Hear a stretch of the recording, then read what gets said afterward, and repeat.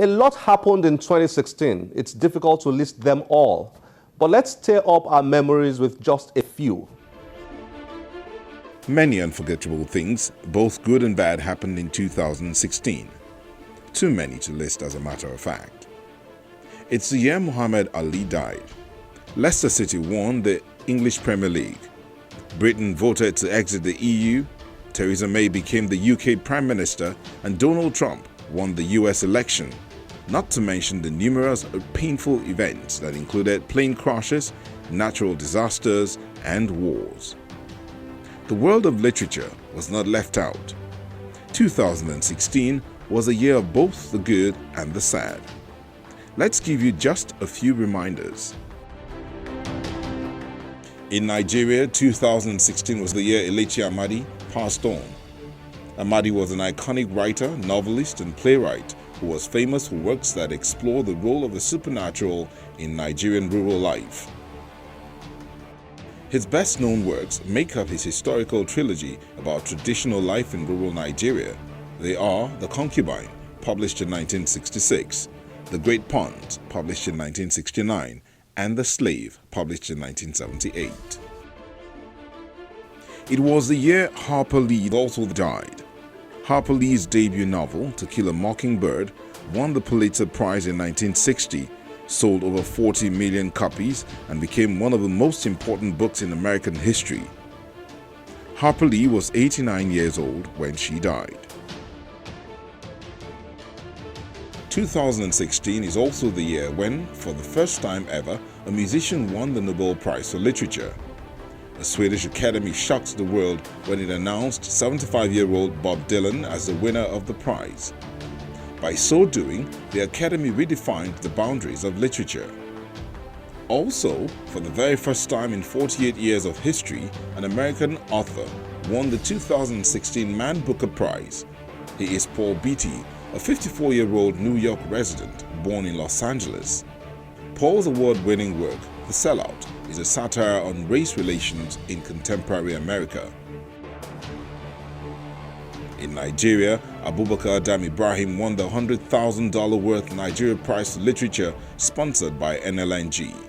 His award-winning book is Season of Crimson Blossoms, which is a novel that reveals deep emotions and raises questions about age, class, and religion.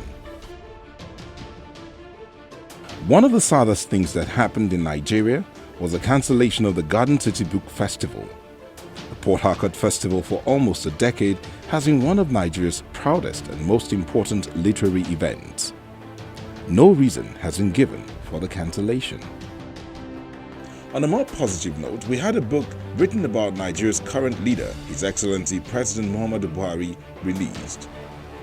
Although this shouldn't be so much of a big deal and the book can hardly be found in bookshops, it is massive news in a country where only 3 past presidents and the Prime Minister have written books that generations after can learn from.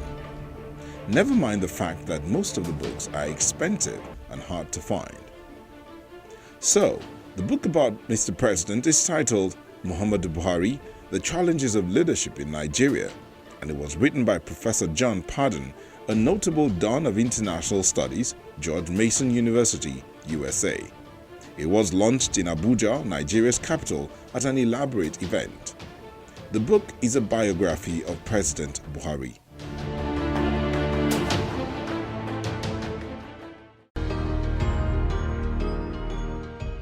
What a year it has been. Well, one of our favorite practices here is to get our authors and guests to read.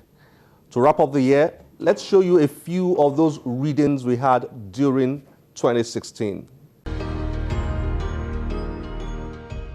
I raised the issue with my husband when he got home that day. He beat me with that Koboko cane of his. He bought it especially for me. He told me when he did. Yes, he took care of me financially, but our relationship was more like a daughter-father relationship. He saw me more like a daughter or younger sister than a spouse. I fell to the ground, screaming. He kicked and hit me as I fell on the ground. As I was on the ground, I had my arms and hands over my stomach, determined to protect my unborn baby. Angelica could not restrain herself. She ran to my help. Inside our room, I could hear Kamsi crying, obviously scared by the noise and outburst going on. My husband flogged the hell out of my house help and me that day. He beat us silly. The next day, when Angolika dragged out her bag to go, I had no will and no voice to tell her not to. She left, creating another cloak of